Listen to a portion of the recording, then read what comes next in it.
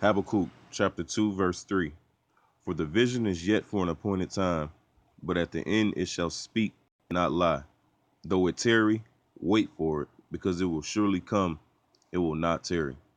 Barakatah Yahweh, Barakatah Yahweh Shai, Barakatah Yahweh, Barakatah Yahweh Shai, Barakatah Yahweh, Barakatah Yahweh Shai.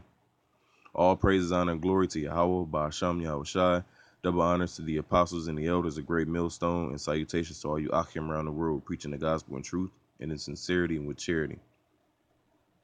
Now, let me just get straight into the lesson. Habakkuk 2 and 3, it says, for the vision is yet for an appointed time, but at the end it shall speak and not lie. What's the vision? The vision is speaking of these prophecies. So it says the prophecies are yet for an appointed time.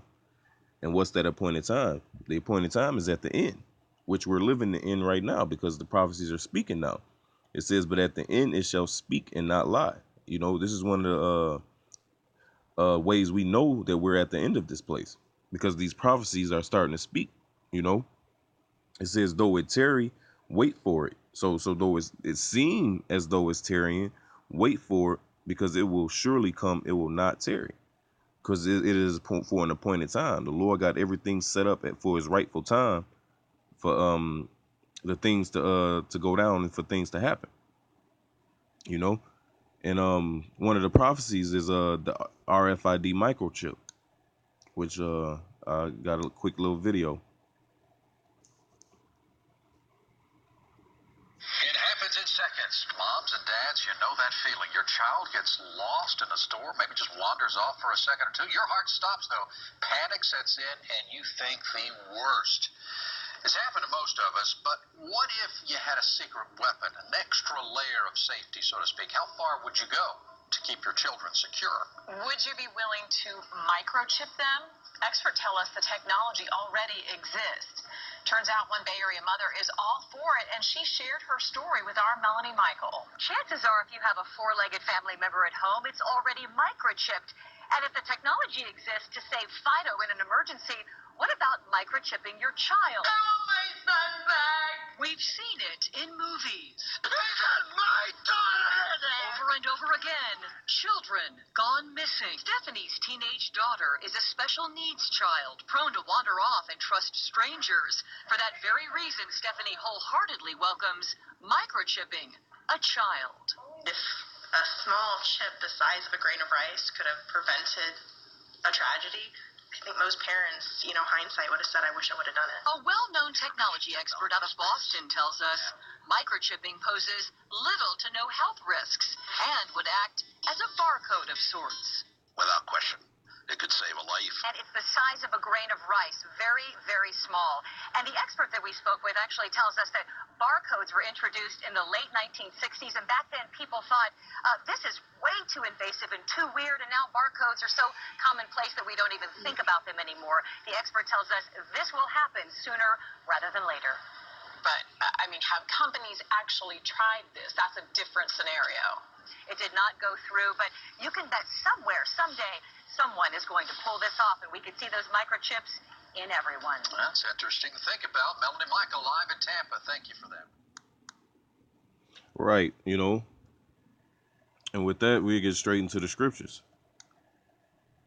This is Revelations chapter 13 and verse 16, which says, and he causeth all, both small and great, rich and poor, free and bond, to receive a mark in their right hand or in their foreheads, and that no man might buy or sell save he that had the mark or the name of the beast or the number of his name. It says, here is wisdom. Let him that hath understanding count the number of the beast, for it is the number of a man, and his number is 666. And that's how you know this thing is all prepared and systematically laid out, because you notice that she's supposed to be a random ass mom, who's getting a chip for her daughter. But you notice every time these people speak about the chip, it's always like they reading a script. It's like, oh, well, I'll take the chip, which is the size of a grain of rice. Like, why do they always put that into their speech? Because that's how you know this all is programmed. It's all prepared for you to accept it. And they mentioned the relationship with the barcodes, because basically the RFID is just basically you are a product number. You know, you're basically an item on the shelf at the store. You know, the barcode helps you identify that this is a brand of soap from this certain company, or this is a brand of chips. You know, so that chip is going to be in basically to separate. Okay, this is this guy and this guy and this is this guy. This name is this guy, his birth date and what, and you know what I'm saying? Because that's what the barcodes do, right? And I got a little information on basically the what it's called. It's called the UPC, which is called the Universal Product Code. This is George Joseph Lahr developed the Universal Product Code in 1973. Says as an engineer at IBM, he was asked to develop the pattern used for the Universal Product Code. It says a 36-year veteran of the International Business Machines Corporation, IBM, who retired in June 1987, George Lahr is the holder of 25 patents. He is also the author of 20 published technical disclosure bulletins. So now I'm going to scroll down to the 666 controversy, which is telling you right here in Wikipedia. It says the Universal Product Code, or the UPC, has bit patterns at the beginning, middle, and end of the barcode called guide bars. Lahr is often asked about the resemblance of these guide bars to the coding of the numeral 6, because the matter of fact, I'm gonna finish reading. I'm gonna show you the picture. It says some people see the three sets of guard bars as encoding the number 666, which some fundamentalist Christians see as a sign of evil. So now I'm gonna go to the barcode, because basically this is the UPC. This is the Universal Product Code, and each long one, the one at the end, the one at the beginning, the one in the middle, one at the end, basically it reads 666 when you scan it. So it says a barcode is an optical machine readable representation of data relating to the object to which it is attached, which that's pretty much what the chip gonna be inside you. It's basically gonna be a barcode. It's gonna have your money on it. It's gonna be a GPS. You know, it's gonna have all your information on it.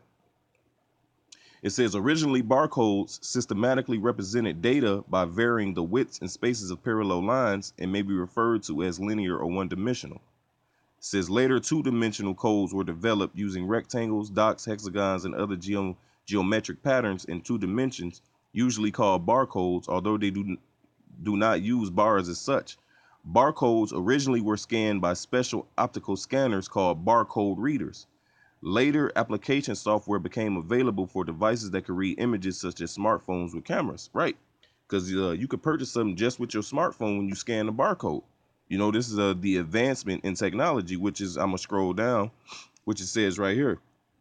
It says, I'm going to start right here, the second to last paragraph. It says, barcodes became commercially successful when they were used to automate supermarket checkout systems, a task for which they have become almost universal.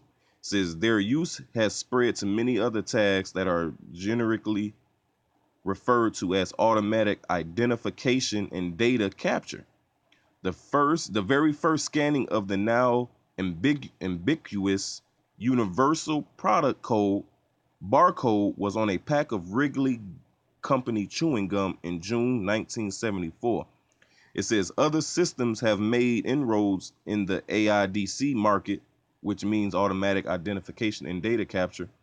It says, but the simplicity, universality, and low cost of barcodes has limited the role of these other systems until technologies such as radio frequency identification became available after 2000. So this RFID chip is basically a barcode that's going to be implanted in you. You are a product of the elites. You know, you already been traded on the stock market with your birth certificate. So now you're going to be a literal slave, as it is in the law. When you have a slave, when he pleased to dwell with you as a slave, he take that all and bore through his ear. So the elites know this. So you accepting that chip, you're accepting to be made a perpetual slave unto the bankers. You know, and that's just the first prophecy of one of the visions that's yet for an appointed time. One of the prophecies that's speaking now. You know, which is the RFID chip. Now I'm gonna jump back to the video, and now I'm gonna go to the 750 mark, and we're gonna speak more about the different prophecies.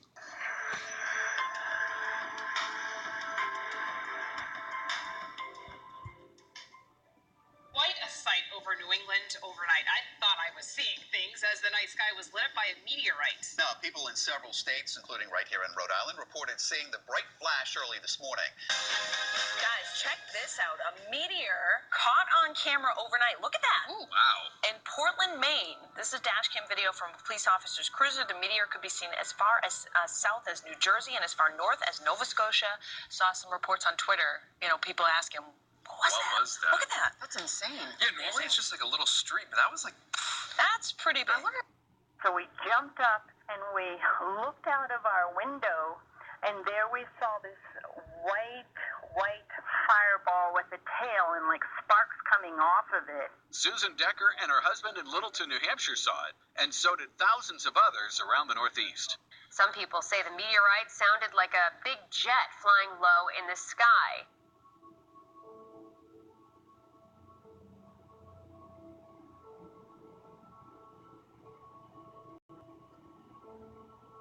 As for this most recent fireball, the American Meteor Society reported sightings in Maine, Vermont, New Hampshire, Massachusetts, Rhode Island, Connecticut, New York, New Jersey, Pennsylvania, and parts of Canada.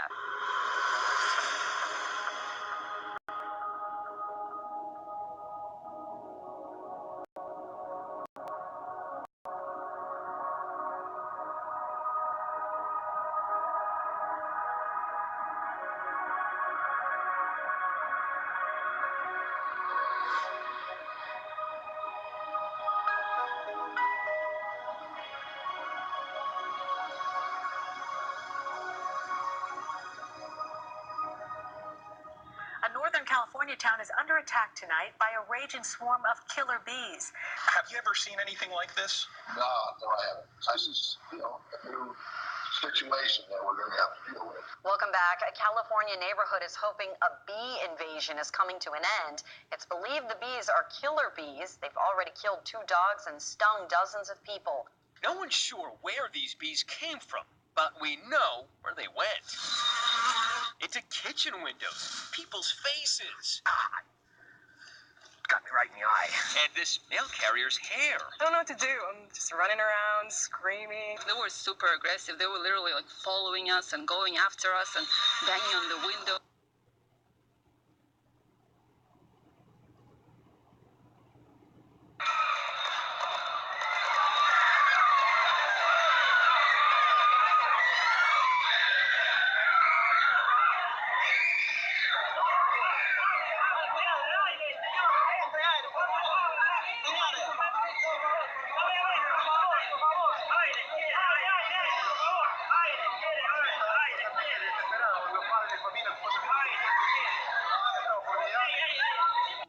Los estudiantes afectados fueron auxiliados por sus compañeros, docentes y personal policial, quienes de manera inmediata acudieron al plantel para brindar el apoyo correspondiente.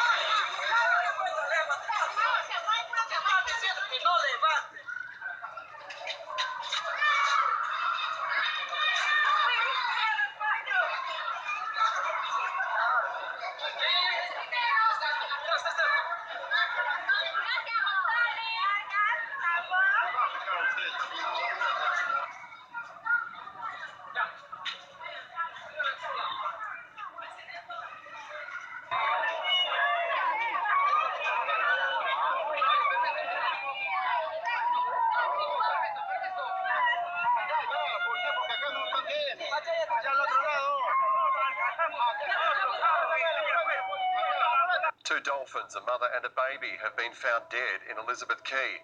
Tonight there's an investigation into what killed them. Tim, we don't know if the dolphins died of natural causes or if they were poisoned by something in the water.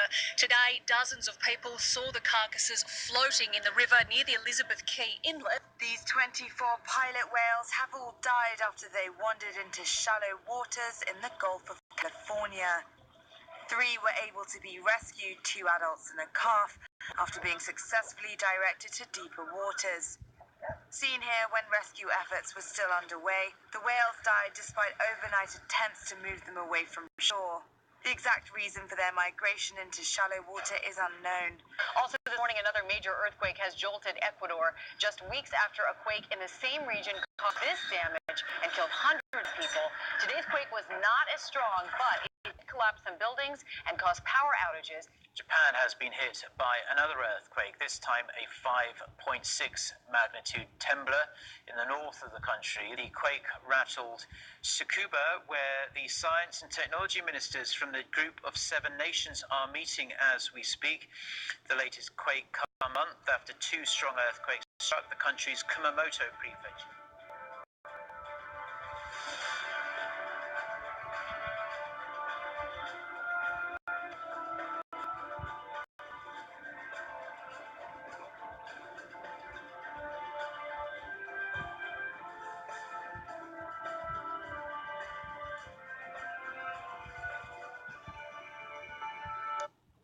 Right, and as you see the scripture, Mark 13:8, it says, and there should be earthquakes in diverse places, which we're going to get pretty much into it, you know, about a couple things that we just seen at the end of the video, you know, with those Israelites in Peru being plagued with spirits, to the mass animal die-offs, to the earthquakes in diverse places, into the signs in the sky, you know, which they call them meteorites, but you know, those are just signs in the sky according to the scriptures.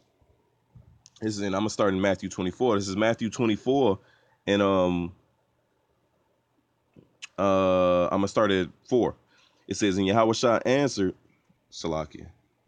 I was reading it out my scriptures. Salakia, brothers. This is Matthew 24 and verse 4. Which says, and Yahushua answered and said unto them, take heed that no man deceive you.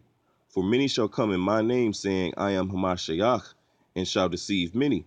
And ye shall hear of wars and rumors of wars. See that ye be not troubled, for all these things must come to pass, but the end is not yet, right? So that's going on right now, these wars and these rumors of wars going on all with the Middle East, between China and America, between Russia and America, and Syria and Iran and Saudi Arabia, you know. Verse 7 says, for nation shall rise against nation, and kingdom against kingdom, and there shall be famines and pestilences and earthquakes in diverse places. You know, just in this month, in the month of May alone, you can Google it. There's been over 3,000 earthquakes just in this month alone, man. You know, that speaks volumes, man. This scripture is coming to life, like it says in Habakkuk 2 and 3. It says, at the end it shall speak, and these prophecies are speaking. Verse 8 says, all these are the beginning of sorrows, right? So now I'm gonna jump to 2nd Esdras, the 9th chapter. Start at the 1st verse, which says, this is 2nd Esdras 9 and 1. It says, he answered me then and said, measure thou the time diligently in itself. And when thou seest part of the signs past, which I have told thee before, then shalt thou understand that it is the very same time wherein the highest will begin to visit the world which he made. So in Habakkuk 2 and 2, it says, make it plain upon tables that he may run that readeth it. So when you see these, so basically in Esdras, when you see as part of the signs past, which I have told you, then you shall understand. So when it says make it plain upon the tables, is make it so that you can understand, that you can see these prophecies. So verse 3 says, therefore, when there shall be earthquakes and uproars of the people in the world, which is going on right now, you know, down in Venezuela, there's uproars of the people. Brazil, they just impeached their president, you know. Is uproars of the people, what was going on in Greece, what was going on in Egypt and Syria, you know. It says, verse 4, then shalt thou well understand that the Most High spake of those things from the days that were before thee, even from the beginning. It says, for like as all that is made in the world hath a beginning and an end, and the end is manifest. So the end is being manifested now, man. Where the scriptures back in Habakkuk is where it says that Salaki, I just had a brain fart, where it says that at the end it shall speak, you know. It says, verse 6, even so the times also of the highest have plain beginnings and wonder and powerful works and endings and effects and signs. And one of those signs is those signs in the sky, those mysterious lights and mysterious sounds, you know, the several blood moons we had, the eclipse, you know. And with the mass animal die-offs, I just hit Hosea 4 and 3 for that one. This is Hosea chapter 4, verse 3, which says, therefore shall the land mourn, and everyone that dwelleth therein shall languish with the beasts of the field and with the fowls of heaven. Yea, the fishes of the sea also shall be taken away. So that's all these mass animal die-offs, man. All the birds and dying off, the bees, the different insects, the different cattle and beasts of the field, the different whales and dolphins and fishes that's washing up on shore. You know, that's all these signs of that the prophecies are speaking, man, that this is the end, you know. And then to speak on them wicked ass Israelites down in Peru, because it said that the basically the older people of the town said the bullshit started when those young kids started, you know, playing with that Ouija board when they summoned up them demons. And this is Sirach 39 and verse 28. It says, there be spirits that are created for vengeance, which in their fury lay on sore strokes. In the time of destruction, they pour out their force and appease the wrath of him that made him, right? It says, fire and hail and famine and death, all these were created for vengeance. It says, teeth of wild beasts and scorpions and serpents and the sword punishing the wicked to destruction. So that goes to them bees that we seen that was attacking and killing the people. Those killer bees, you know, those are made for punishing the wicked to destruction, you know. So all these things that's happening in the world, man, the scriptures spoke on it, man. Yahweh Hashem Yahushua have made it manifest unto his servants, the prophets, man, as it says in Amos 3 and 7, you know. And it's another scripture, I believe it's in Isaiah, where it says that the Lord bring it to pass, that he tells you before it happens, so that you don't basically try to say that your deity or that your false god did it, man. You know, basically to sum up this whole lesson, Romans 13 and verse 11, which says, and that knowing the time, and that knowing that we at the end, that now it is high time to awake out of sleep, man. Now is high time for you to realize who you are, to come back to your power, your nationality, Yahweh Ba'Shem Yahushua, the law, statutes, commandments to the best of your ability. It says, for now is our salvation nearer than when we believed. So, hey, brothers, we almost out of here, man. Our salvation is nearer than what we believe, man. So with that, I hope this this lesson was edifying. I hope it was comforting, you know. And till next time, I say shalom to you, brothers, man. You know, Yabashim Yashar Brakathum. Shalom.